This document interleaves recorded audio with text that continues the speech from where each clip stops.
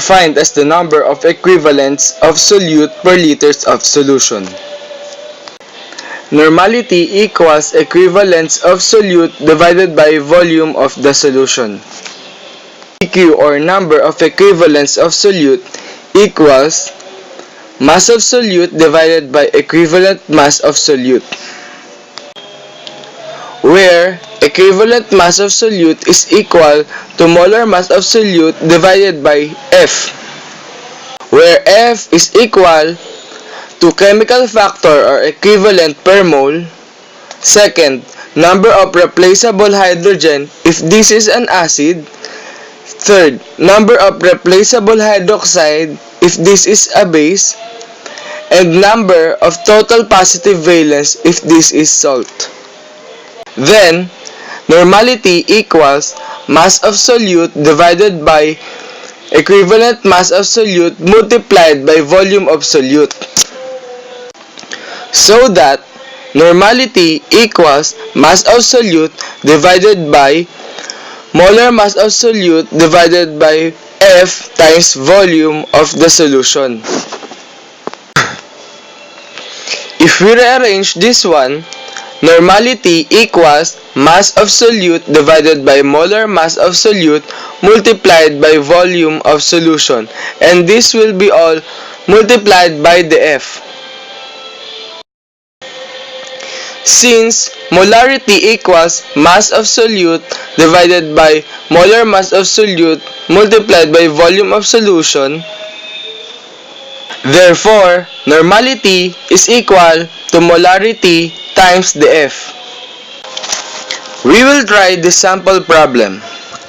If 10 grams of phosphoric acid is added to water to make 200 milliliter solution, what is the normality of the solution?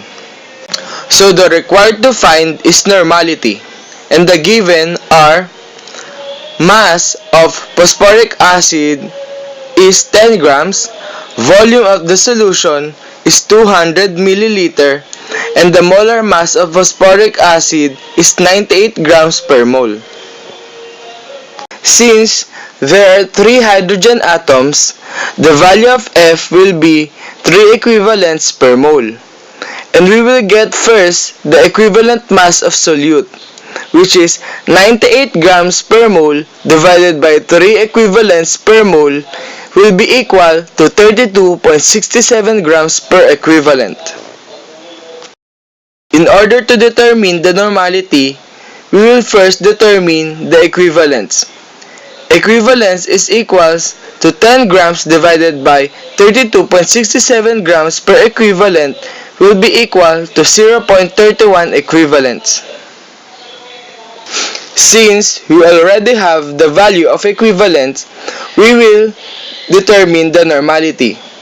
The normality is equal to 0.31 equivalents divided by 0.2 liters.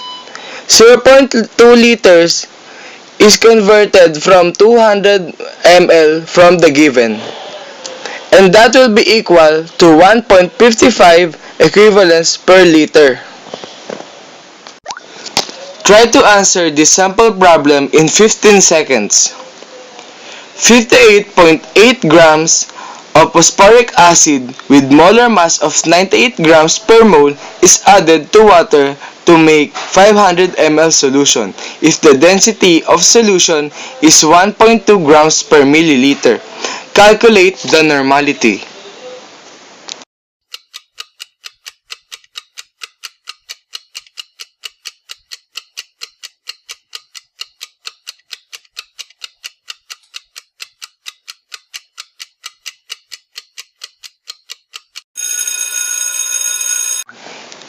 The required to find is normality, and the givens are 58.8 grams of phosphoric acid, molar mass of 98 grams per mole, 500 milliliter solution, and density of 1.2 grams per milliliter. And we will just substitute the givens. 58.8 grams of phosphoric acid divided by 98 grams per mole divided by 2 equivalents per mole times 0.5 liters, that is converted from 500 ml from the given.